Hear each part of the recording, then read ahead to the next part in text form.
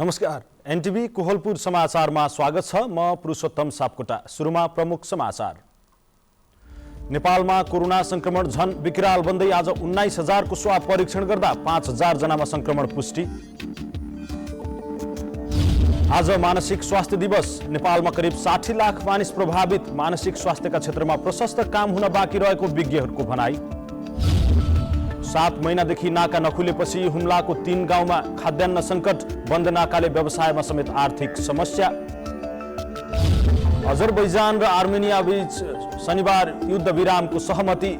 समस्या समाधानका लागि दुई मुलुक वार्ताको तयारीमा। र विश्वकप छनौटमा बोलिभियालाई हराउँदै ब्राजिलको शानदार सुरुवात। अर्को खेलमा ब्राजिल पेरुसँग प्रतिस्पर्धा गर्दै। समाचार अब विस्तारमा। आज नेपालमा 5,008 जनामा कोरोना संक्रमण पुष्टि भएको छ। 24 घण्टाको अवधिमा यति धेरै संक्रमित भेटिएको यो पहिलो पटक हो। यो सँगै देशमा कुल संक्रमितको संख्या 1,05,684 जना पुगेको छ। आज एकै दिन 14 जना कोरोना संक्रमितको मृत्यु भएको छ। चाडपर्वहरू नजिक आउँदै गरेका बेला संक्रमण झन फैलिएपछि थप सचेतना अपनाउन स्वास्थ्य मन्त्रालयले आग्रह गरेको छ। नेपालमा पछिल्लो 24 घण्टामा अहिलेसम्मकै धेरै अर्थात् 5,008 जनामा कोरोना भाइरसको संक्रमण पुष्टि भएपछि स्वास्थ्य तथा जनसङ्ख्या मन्त्रालयले स्वास्थ्य सुरक्षाका मापदण्डलाई महत्त्वका साथ पालना गर्न आग्रह गरेको छ। मन्त्रालयले चाडपर्वका समयमा भीडभाड बढ्ने र त्यसले संक्रमण दर समेत बढाउने भएकाले सकेसम्म घर बाहिरको भेटघाटमा नजाने, यदि जानै परे मास्कको प्रयोग अनिवार्य गर्न भनेको छ। आज आयोजित नियमित प्रेस ब्रिफिङमा मन्त्रालयका प्रवक्ता डाक्टर जागेश्वर गौतमले घरमै बसेर चाडपर्व मनाउँदा पनि अनिवार्य रूपमा साबुन पानीले हात धुने, सेनिटाइजर, मास्कको प्रयोगलाई आधारभूत तहमा लागू गर्न आग्रह गर्नुभयो। सबै किसिमका चाडपर्व, जात्रा तथा उत्सव मनाउँदा एउटै घरमा बसोबास गर्ने घर परिवारका व्यक्ति बाहेक अन्यसँग भेटघाट कम गर्ने, यदि भेटघाट गर्ने पर्ने भएमा कम्तीमा 2 मिटरको दूरी अनिवार्य रूपमा कायम गर्ने। चाडपर्वको समयमा सकेसम्म घर बाहिरको भेटघाटमा नजाने, यदि जानै पर्ने भएमा सहभागी हुँदा मास्क, सर्जिकल वा 3 तहको कपडाको मास्कको अनिवार्य रूपले प्रयोग गर्ने। चाडपर्व, जात्रा तथा उत्सव मनाउने कार्यक्रम स्थलमा प्रवेश गर्दा अनिवार्य रूपले साबुन पानीले हात धुने र सेनिटाइजर प्रयोग गर्ने। मन्त्रालयले अभिवादन गर्दा भौतिक दूरी कायम गरी टाढैबाट नमस्कार गर्ने, धार्मिक स्थलमा हुने हरेक भेला कार्यक्रममा बढीमा 25 जना मात्रै भेला हुने व्यवस्था गर्न भनेको छ। संक्रमितको संख्या बढ्दै जान थालेपछि स्वास्थ्य तथा जनसङ्ख्या मन्त्रालयले चाडपर्वको बेला हुने जोखिमलाई ध्यानमा राख्दै सचेतनाका लागि आग्रह गरेको हो। अन्जु चौधरी, एनटिभी कोहलपुर। पर्वहरू नजिकै गर्दा बजारमा बढेको चहल पहलले झन जोखिम बढेको छ। कतिपयले लकडाउन गर्न आग्रह गरेका छन् भने सरकारले सचेतना तथा सुरक्षाका कार्यक्रम प्रभावकारी बनाउन भनेको छ। यस्तो अवस्थामा संक्रमण न्यूनीकरण गर्न स्थानीय प्रशासनले के गर्नुपर्ला भनेर केही नागरिकहरूलाई हामीले सोधेका छौँ। हेरौँ उनीहरूको भनाई आजको आवाजमा।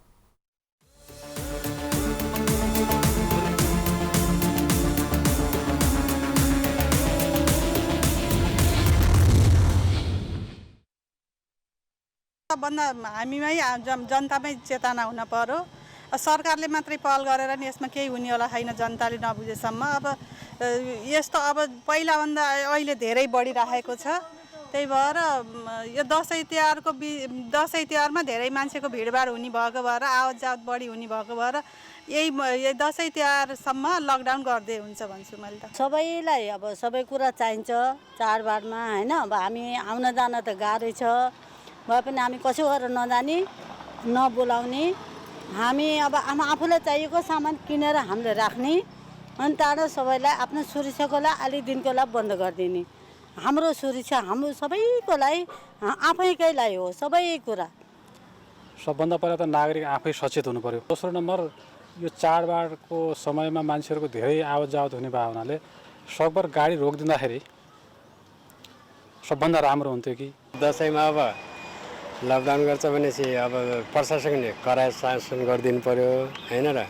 गाडीमा धेरै जस्तो मान्छे हाल्न नदिनु पर्यो र मान्छेको 2-4 जनाभन्दा बढी बस्न नदिनु पर्यो, त्यहाँ सुरक्षा गरिदिनु पर्यो। अब यो कोरोनाको कहरलाई हामीले चाहिँ लड्नै पर्छ तर आफ्नो जीविका पनि चलाउनै पर्छ, जिउनु पनि छ, जीविका पनि चलाउनु छ। अब जिउनको लागि तपाईँको मनोरञ्जन पनि चाहिन्छ, पारिवारिक भेटघाट चाहिन्छ, त्यसलाई रोक्न पनि सकिँदैन। त्यसैले राज्यले चाहिँ अब भेटघाटलाई रोक्न सक्दैन, तर भेटघाटको कारणले जोखिम बढ्ने कुरालाई रोक्न सक्छ। त्यसको लागि चाहिँ प्रशासनले सबभन्दा बढी चाहिँ आफ्नो सुरक्षा निकायलाई चाहिँ यातायातमा कडाइका साथ चाहिँ लगाएर अब छोटा दूरीका सवारी साधनहरूलाई मात्रै चलाउन अनुमति दिने र एउटा अब त्यस्तो अवस्था भयो भनेदेखि चाहिँ लङ दूरीका प्यासेन्जरहरू सकेसम्म हिन्डोलमा आफै रोकिनुहुन्छ। हिँड्नै पर्ने बाध्यता भयो भने उहाँले चाहिँ गाडी चेन्ज गर्दै निस्कनुहुन्छ। त्यस कारण निश्चित जिल्लाभित्रको अथवा चाहिँ एउटा प्रदेशभित्रको मात्रै गाडीहरू चल्न हुँदैन र त्यसभन्दा अगाडि प्रशासनले सरकारले लागू गरेका स्वास्थ्यका कार्यक्रमहरू जुन छन् त्यसलाई फलोअप गर्ने गरी कडाइका साथ चाहिँ निगरानी गर्ने। हामीले लकडाउन गरेमा भेसै होला, वर्तमान 1 सालको लागि तिहार दसैँमा पनि बन्द भयो, टाढा नगए पनि ठिकै होला। जानको शरीर हुन्छ र समस्या सबैको लागि रक्षा हुन्छ भने त्यो र तर हामीले अर्को कुरा के छ भनेपछि हामीले मास्क लगाउने, घर साबुन पानीले हात धुने।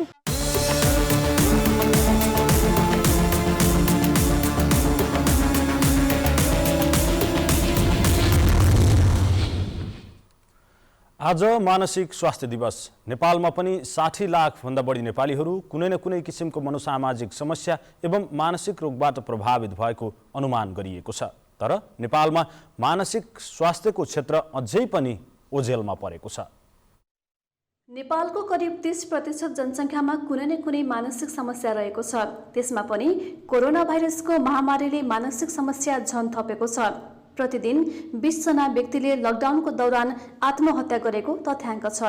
यस वर्ष कोभिड-19 महामारीको कारण मानसिक स्वास्थ्य समस्या झन बढ्दो गतिमा रहेको मनोचिकित्सकहरू बताउँछन्।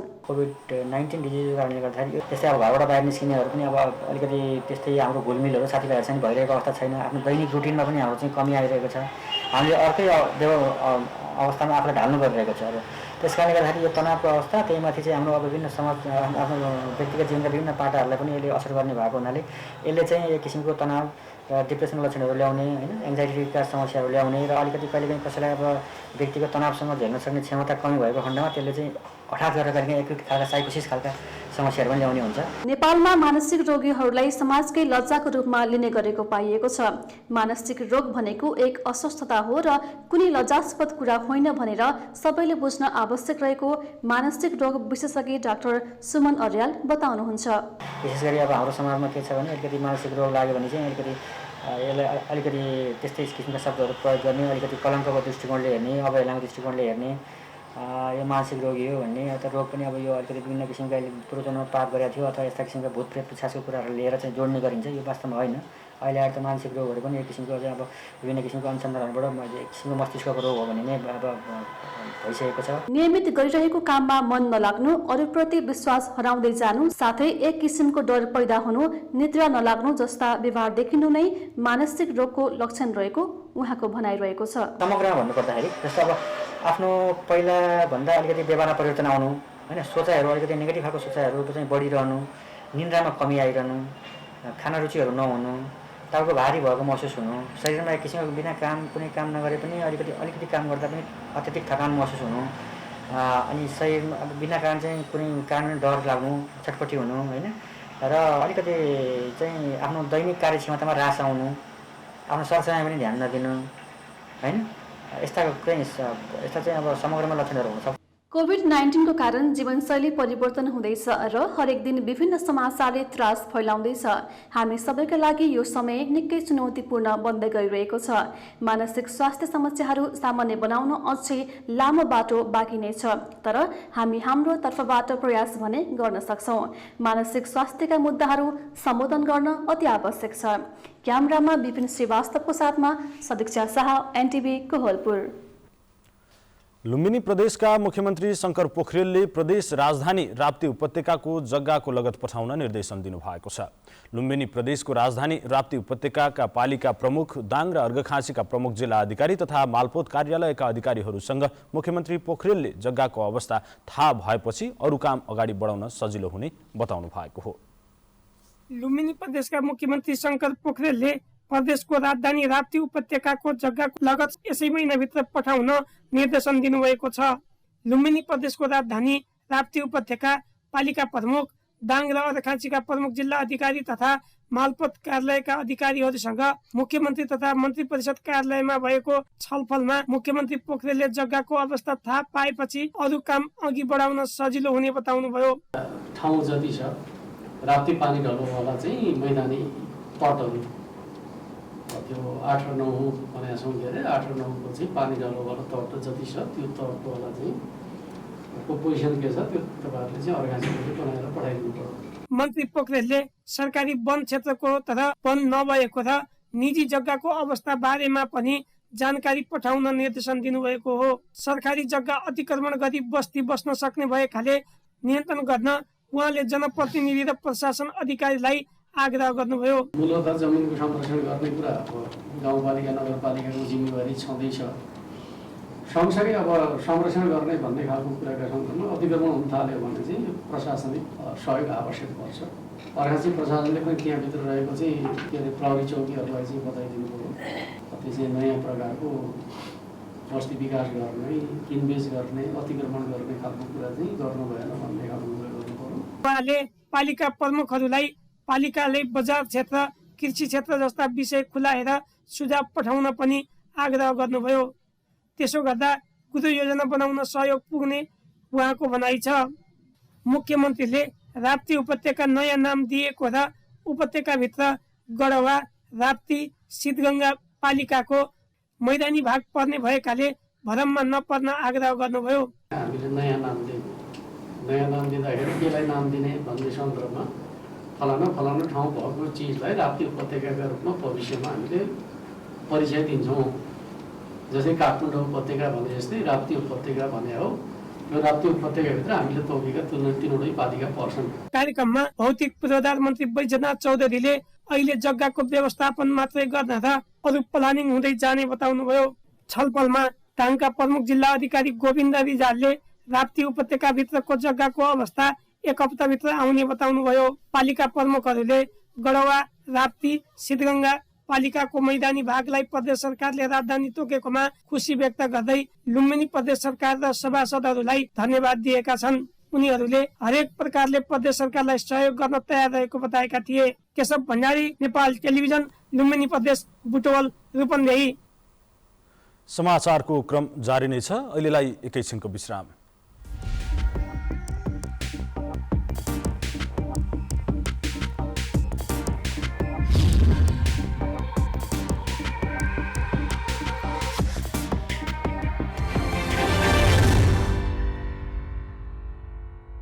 लामो समयसम्म हामी बन्दाबन्दी वा चाहिँ निषेधाज्ञा लागू गरेर चाहिँ सङ्क्रमण दरलाई नियन्त्रण गर्ने बाटोमा अगाडि बढ्न सक्ने अवस्था रहँदैन। आवश्यकता अनुसार हामी एरिया बन्दी गरेर चाहिँ ट्रेसिङको काम अगाडि बढाउनेछौँ। अन्यथा हामी आर्थिक क्रियाकलाप सँगसँगै महामारी विरुद्धको लडाइँ अगाडि बढाउनु पर्नेछ। त्यस अर्थमा सम्पूर्ण दाजुभाइ दिदीबहिनीहरूले सकेसम्म चाहिँ आवश्यकताभन्दा बढी गतिविधि मुभमेन्टहरू नगर्नका लागि म अनुरोध गर्न चाहन्छु। घर बाहिर निक्लनु पर्दाखेरि अनिवार्य रूपमा स्वास्थ्य सुरक्षा मापदण्ड प्रयोग गर्ने, मास्क लगाउने र कुनै पनि वस्तुलाई छोइसकेपछि, सार्वजनिक स्थानका वस्तुहरूलाई छोइसकेपछि सेनिटाइज गर्ने वा चाहिँ साबुन पानीले हात धुने जस्ता मापदण्डहरू प्रयोग गर्ने र एक अर्को व्यक्तिबाट चाहिँ निश्चित दूरी बनाएर चाहिँ संवाद गर्ने खालको तरिका प्रयोग गर्यो भने यो महामारी विरुद्ध हामी आफूलाई सुरक्षित गर्न सक्छौँ। त्यो दिशामा सम्पूर्ण दाजुभाइ दिदीबहिनीहरूको सहयोग हुनेछ भन्ने विश्वास र अपेक्षाका साथ म हार्दिक अनुरोध गर्न चाहन्छु। जनचेतनाका लागि लुम्बिनी प्रदेश सरकार, मुख्यमन्त्री तथा मन्त्री परिषदको कार्यालय, रूपन्देही। विकटतालाई चिर्ने एउटा यात्रा। कर्णाली प्रदेशका मुख्यमन्त्रीसँग नागरिकको अपेक्षा। अझ बिन्ती हामी जोड्नेछौँ, अझ हामी पोटो थाम्नेछौँ। जनताका गुनासाको प्रत्यक्ष सम्बोधन। हजुर बाँच्नुभयो, बच्चाहरू छन्, अब चिन्ता नगर्नु। बाबुको मुभी हेरेका थिएँ, भरत भन्ने, त्यस्तै मन्त्री आज हामीले यहाँ भेटाएका छौँ। समृद्धिका लागि सरकारले थालेका गतिविधि सहितको कार्यक्रम हाम्बा कुरा हाम्बा मुख्यमन्त्री, मात्र एनटिभी कोहलपुरमा।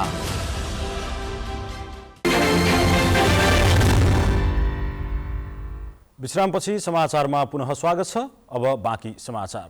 व्यावसायिक पशुपालनले राम्रो आम्दानी दिन थालेपछि कञ्चनपुर जिल्लामा पशुपालन गर्ने कृषकहरूको संख्यामा वृद्धि भएको छ। व्यावसायिक पशुपालन विस्तारसँगै जिल्लामा दूध र मासुको आपूर्तिसँगै बाहिरी जिल्लाहरूमा निर्यात समेत हुने गरेको छ। विदेशबाट फर्किएका युवाहरू समेत व्यावसायिक पशुपालनमा लागिरहेका छन्।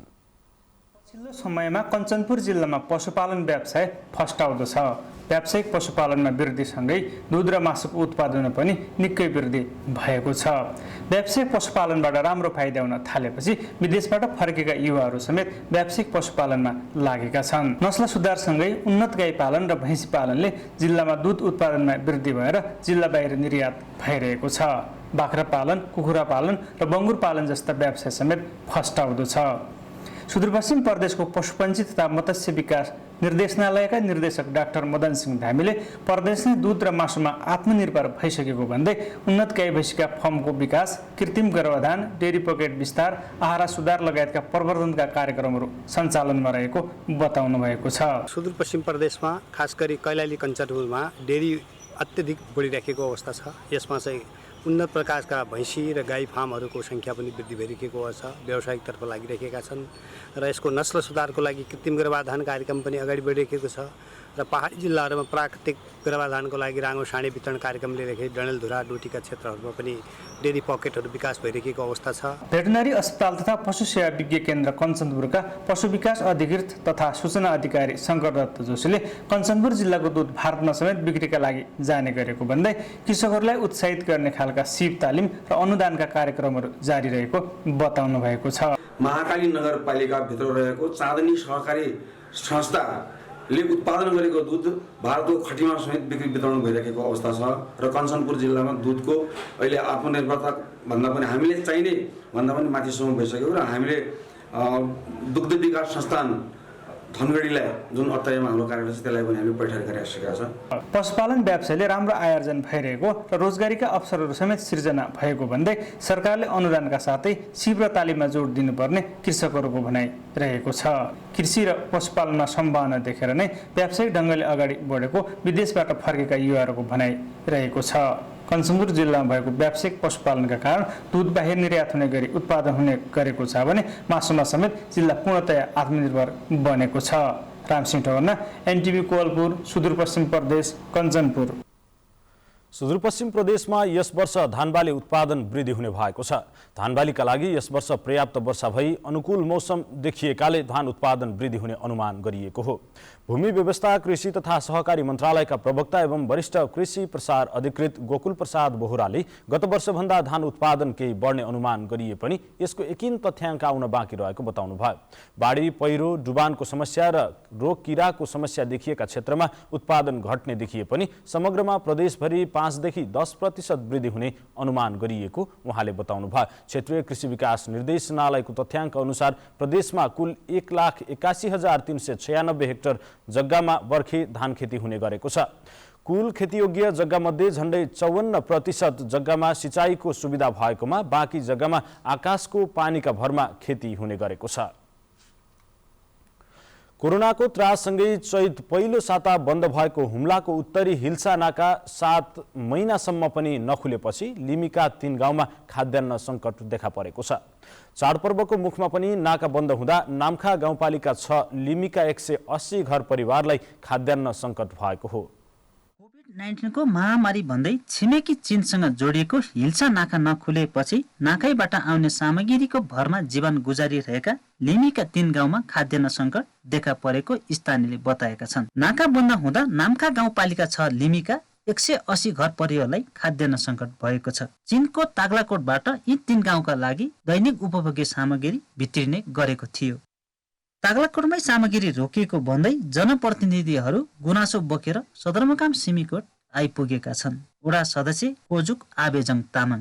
हामी टोटली तिनै गाउँको मान्छे मिलाएर चाहिँ आएको हो। खाद्यान्न थप उपलब्धको लागि पनि हामीले चाहिँ केही माग राखेको पनि छौँ। गाउँमा उत्पादित वस्तु 6 महिना पनि नपुग्ने भएपछि रोगभन्दा पनि लिमीका जनतालाई भोकको चिन्ता बढेको वडा अध्यक्ष पालजोर तामाङको भनाइ छ। गत वर्षको त्यहाँ चाइनाबाट खाद्य ल्याएको अलि बाँकी भए जति अहिलेसम्म धानेको त्यही हो।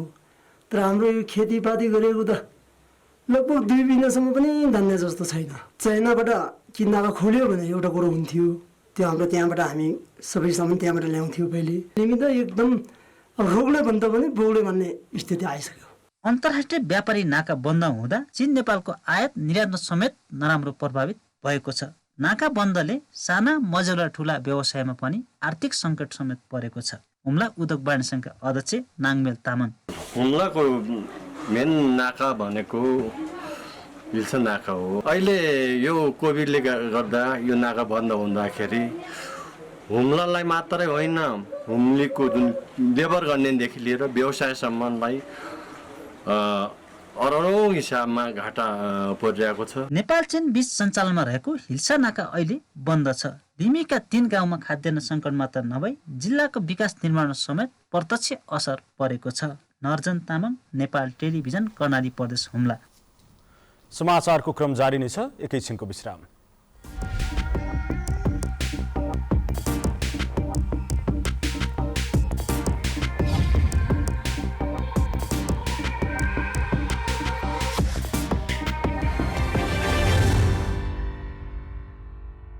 चढ्दा झर्दा एक आपसमा टच नगर्ने, सेनिटाइजरको अनिवार्य प्रयोग गर्ने, मास्कको अनिवार्य प्रयोग गर्ने, निश्चित स्टेसनहरूमा मात्रै यात्रुहरूको खानपिन व्यवस्थापनमा अग्रिम सूचना जारी गर्नुपर्ने, चालक र सहचालकले दूरी कायम भएको स्थिति र त्यहाँ यात्रुहरूलाई यो बारेमा अग्रिम जानकारी सूचना र यात्राको सम्पूर्ण नोट जारी गरेर कोभिड पछाडिको नयाँ जीवन पद्धति, नयाँ यात्रा पद्धति स्थापित गर्नका निम्ति म सबै यातायात व्यवसायी यात्रुहरूलाई विशेष अनुरोध गर्न चाहन्छु। जनचेतनाका लागि लुम्बिनी प्रदेश सरकार, आन्तरिक मामिला तथा कानुन मन्त्रालय, रूपन्देही। तपाईं एनटिभी कोहलपुर हेर्दै हुनुहुन्छ। अब बाँकी समाचार। बाँकीमा सुरु गरिएको वैज्ञानिक वन व्यवस्थापन कार्यक्रमले वनको संरक्षण र उपभोक्ताको आय आर्जनमा समेत टेवा पुर्याउने अपेक्षा गरिएको छ। डिभिजन वन कार्यालय बाँकीका प्रमुख राजु छेत्रीले वैज्ञानिक वन व्यवस्थापन विरोध हुने गरेको भए पनि यो प्रणाली लागू गर्न सके वन संरक्षण र रोजगारी दुवैमा फाइदा उपभोक्ताले उठाउन सक्ने बताउनुभयो। वैज्ञानिक वनको अवधारणाका कारण राष्ट्रिय वनको 2268 हेक्टर क्षेत्रफलमा 10 वर्षीय कार्ययोजना बनाई काम अगाडि बढाइएको छ। डिभिजन वन कार्यालय बाँकीमा 57,739 हेक्टरमा वन रहेको छ। बाँकीका सामुदायिक तथा राष्ट्रिय वनमा झाडी धेरै हुने भएकाले साल लगायतका अन्य प्रजातिका बिरुवाहरूको पुनरुत्पादन एकदमै कम हुने भएकाले वैज्ञानिक वन व्यवस्थापन कार्ययोजना लागू गरिएको हो। अब अन्तर्राष्ट्रिय समाचार।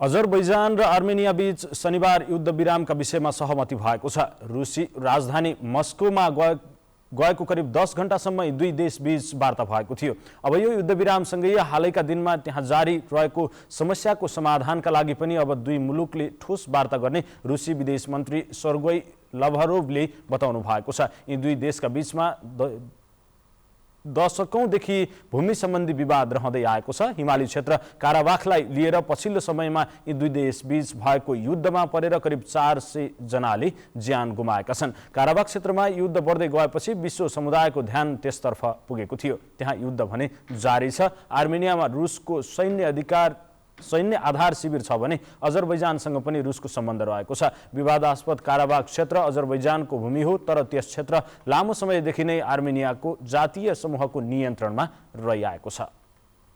अब आर्थिक समाचार।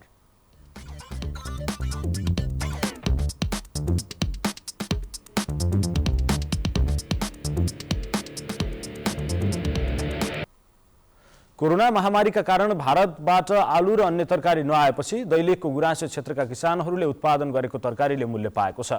गत वर्ष प्रति किलो 50 रुपियाँमा बिक्री भएको आलु यो वर्ष किसानले 75 रुपियाँमा बिक्री गरेका छन्।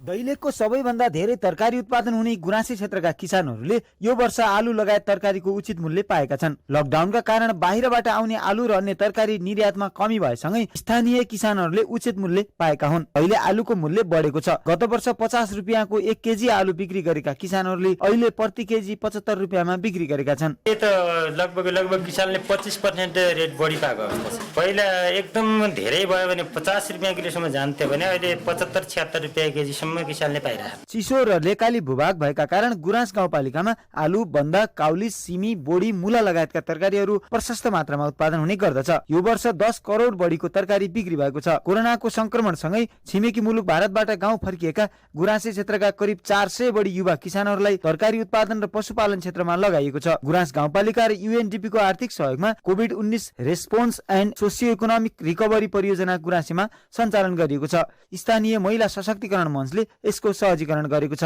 गुराँस गाउँपालिकाका 4 वडामा 400 जनालाई रोजगारी गुमाइसकेपछि नेपालमा आइसकेपछि केही न केही गरेर उहाँले आयोजन गरेर आफ्नो जीविका निर्वाह गर्नको लागि चाहिँ हामीले यो कार्यक्रम सञ्चालन गरेका छौँ। विभिन्न समूहमा आबद्ध किसानलाई उन्नत प्रविधिका रूपमा हाते ट्र्याक्टर हस्तान्तरणसँगै उत्पादन सुरु भएको छ। भारत जानुभन्दा गाउँमै रोजगारी सिर्जना गर्ने अभियान थालिएकोले किसानहरूले समेत दिगो रूपमा उत्पादनका कामहरूमा सक्रिय हुनुपर्ने गुराँस गाउँपालिकाका अध्यक्ष खेमराज ओलीले बताउनु भएको छ। कोभिडबाट प्रभावित किसानको कसरी हुन्छ आर्थिक स्थिति वृद्धि गर्नका लागि हामीले सानो सहयोग गर्ने हो। आफूलाई एउटा व्यवहार त तपाईले सिकेर सधैँका लागि परिवर्तन गरी अगाडि जानु होला। गुराँसे क्षेत्रमा उत्पादन हुने तरकारीको उचित मूल्य र राम्रो बजारीकरण हुन सके सयौं युवाहरूले गाउँमै रोजगारी पाउन सक्ने देखिन्छ। विष्णु शर्मा, नेपाल टेलिभिजन, कर्णाली प्रदेश, दैलेख।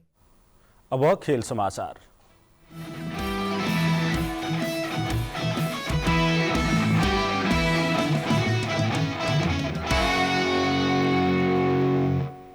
विश्वकप छनौटमा ब्राजिलले शानदार सुरुवात गरेको छ। आज बिहान भएको दक्षिण अमेरिकी छनौटमा ब्राजिलले बोलिभियालाई 5-0 गोल अन्तरले हराएको हो। यसमा रोबार्टोले 2 गोल गरे भने मार्कुनहोस र फिलिपी कौटिन्होले 1-1 गोल गरे। ब्राजिलले एक आत्मघाती गोल उपहार पाएको हो।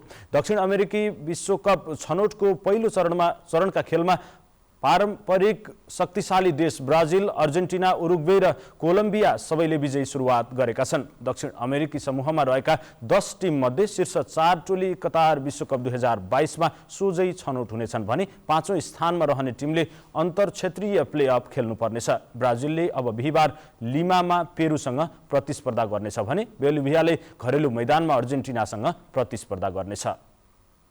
अब मौसम।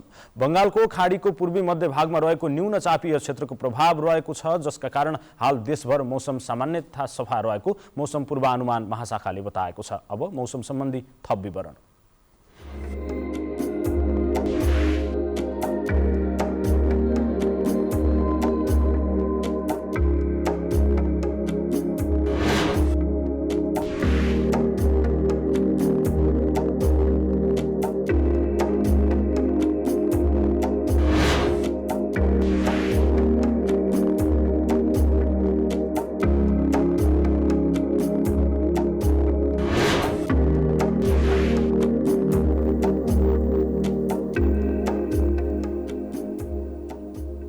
समाचारको अन्त्यमा प्रमुख समाचार पुनः एकपटक। नेपालमा कोरोना संक्रमण झन विकराल बन्दै आज 19,000 को स्वाब परीक्षण गर्दा 5,000 जनामा संक्रमण पुष्टि। आज मानसिक स्वास्थ्य दिवस। नेपालमा करिब 60 लाख मानिस प्रभावित। मानसिक स्वास्थ्यका क्षेत्रमा प्रशस्त काम हुन बाँकी रहेको विज्ञको भनाई। 7 महिनादेखि नाका नखुलेपछि हुम्लाको 3 गाउँमा खाद्यान्न सङ्कट। बन्द नाकाले व्यवसायमा समेत आर्थिक समस्या। अजरबैजान र आर्मेनिया बीच शनिबार युद्ध विरामको सहमति। समस्या समाधानका लागि 2 मुलुक वार्ताको तयारीमा। र विश्वकप छनौटमा बोलिभियालाई हराउँदै ब्राजिलको शानदार सुरुवात। अर्को खेलमा ब्राजिल पेरुसँग प्रतिस्पर्धा गर्दै।